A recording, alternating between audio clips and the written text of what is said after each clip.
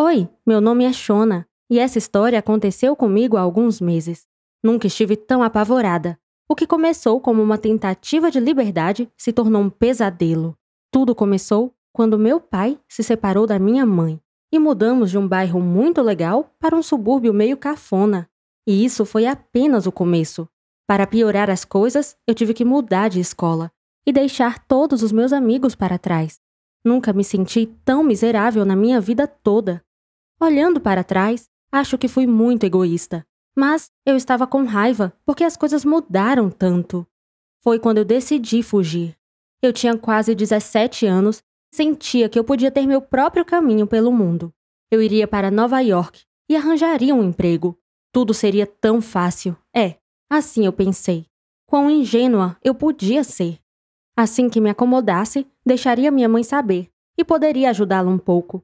Achei que não me ter em casa iria diminuir o fardo sobre ela e meu irmão. Deixei um recado, arrumei minha mochila e viajei cerca de 128 quilômetros da Filadélfia a Nova York. Eu ainda tinha algumas economias que sobraram do meu aniversário e do Natal para pagar a viagem e algumas noites em um albergue. Eu tinha certeza que seria capaz de me virar em alguns dias. Eu já estive em Nova York com minha mãe e meu pai, mas nunca sozinha. Passei a viagem toda sonhando com a minha vida na Big Apple, o lugar em que eu ia morar, as pessoas que eu ia conhecer, as festas, mas tudo isso sumiu assim que eu saí do ônibus. A cidade estava muito mais agitada e barulhenta do que eu me lembrava. Eu tinha o endereço de um albergue barato e fui procurá-lo. Não parecia muito longe da estação rodoviária no mapa, mas pareciam quilômetros enquanto eu carregava minha mochila pesada nas ruas cheias. As pessoas passavam com pressa e ninguém parecia simpático ou sorria. Estavam presos nos seus mundos. Não era como em casa, onde pelo menos as pessoas tinham tempo para dizer alô. Meu coração já estava afundando quando cheguei no albergue, apenas para ser informada por uma recepcionista de aparência feroz que eles estavam cheios e não tinham quartos para essa ou a próxima noite. Que eu deveria ter reservado mais cedo, algo que nem passou pela minha cabeça. Naquele momento eu tive vontade de chorar, como uma criança longe de casa, que aliás era exatamente o que eu era. Foi então que conheci Mike. Eu sei que mamãe e papai sempre me disseram para não falar com estranhos, mas todo mundo era estranho em Nova York. Achei que se fosse morar aqui, teria que começar a fazer amigos. De qualquer forma, Mike parecia legal. Você sabe, ele era limpo, bom de papo e não um vagabundo fedido andando pelas ruas. Acho que ele estava na casa dos 30 e parecia preocupado. Ei, você tá bem? Ele perguntou. Mike tinha um sorriso doce e foi o primeiro rosto amigável que vi desde que saí de casa. E a menos que você também tenha estado nessa posição, não sabe como foi um alívio ouvir uma voz gentil. Então, por favor, não me julgue. De qualquer forma, disse que queria encontrar trabalho em Nova York e havia pensado em ficar algumas noites no albergue. Menti sobre minha idade e disse a ele que eu tinha 19 anos. Claro, não contei que tinha fugido de casa. Eu menti e disse que não tinha família. No momento, parece que você precisa de algo para comer, ele disse. E devo admitir, eu estava com fome. Ele se ofereceu para me levar a um café. E mesmo tendo feito charme, não precisei de muita persuasão. Lá, ele me comprou café e um sanduíche, enquanto me falava um pouco sobre ele mesmo. Ele nasceu no Brooklyn e tinha negócios em Nova York. Ele parecia confuso quando falava sobre o negócio. E quando perguntei, ele disse que era entretenimento. Então, quais são seus planos agora? Ele perguntou. Eu fiz uma careta e disse que era melhor eu ir para casa. Que talvez eu tinha cometido um erro ao vir aqui afinal. Ele coçou a cabeça e franziu a testa. Bem, eu não tenho certeza, mas talvez eu possa hospedá-la por algumas noites. Não se preocupe, moro com minha esposa. Você não vai ficar sozinha comigo. Eu disse a ele que eu não tinha muito dinheiro, mas ele riu e disse para não me preocupar, que a gente podia chegar a um acordo assim que eu conseguisse um emprego. Ele continuou dizendo que podia até conseguir um emprego para mim. Acho que fiquei séria por um momento, pensando nas consequências. Ele riu e me disse novamente para não me preocupar, porque ele tinha muitos amigos e que em breve eu estaria curtindo a vida em Nova York. Eu ri também. Lembrei dos meus amigos, desejando que eles pudessem me ver agora, na minha grande aventura. Mike me fez me sentir à vontade. Olhando para trás, eu sei que parece estúpido, mas eu fui com ele sem pensar. Ele tinha um carro virando a esquina, E embora o lugar não fosse longe, ele disse que seria mais fácil ir de carro do que arrastar minha mochila. Os alarmes só começaram a soar quando parecíamos estar cada vez mais longe da cidade. Eu queria perguntar a Mike sobre onde estávamos indo exatamente, mas, por algum motivo, eu não me senti confiante desde que ficamos sozinhos no carro. Por fim, paramos do lado de fora de uma casa grande e velha. Vista do lado de fora, um tanto mal feita. Mike deve ter visto meu rosto cair, porque mais uma vez ele lançou um sorriso.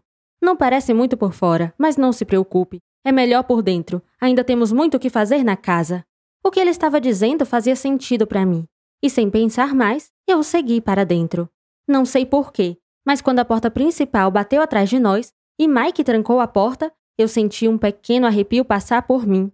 Devo ter parecido apavorada, porque ele riu, tocou meu braço e disse para não me preocupar. É Nova York, as pessoas têm que manter as portas trancadas.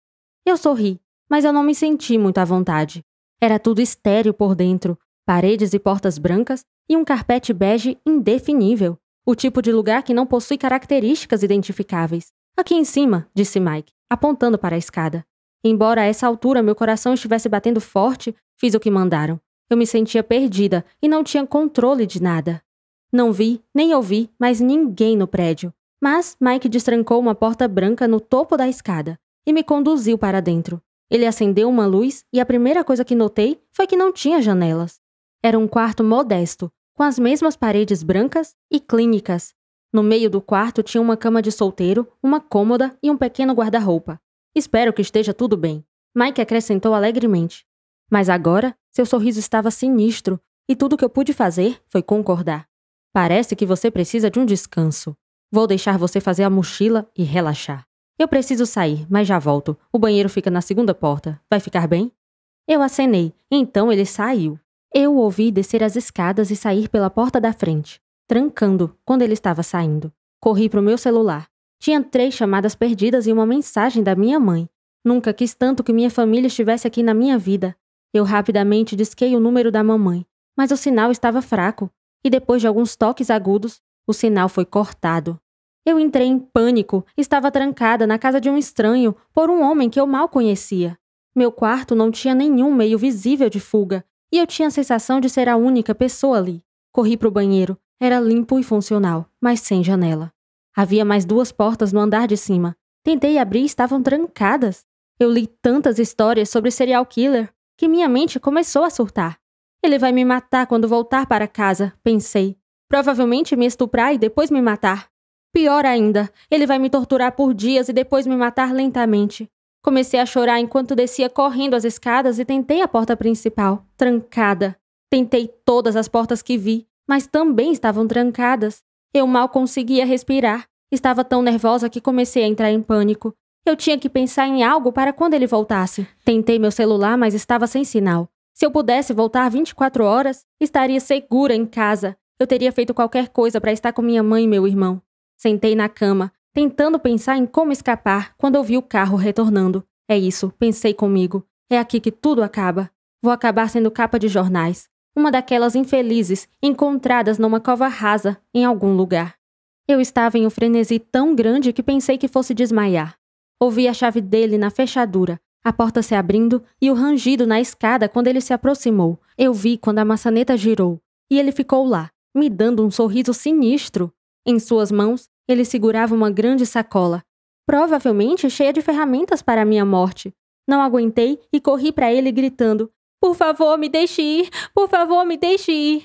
Ele me segurou com força para me impedir de lutar. "Ei, o que é tudo isso? Qual o problema?" Ele perguntou. Fiquei tão apavorada que mal conseguia falar. Lutei para me soltar dele e recuei na cama como um gatinho assustado.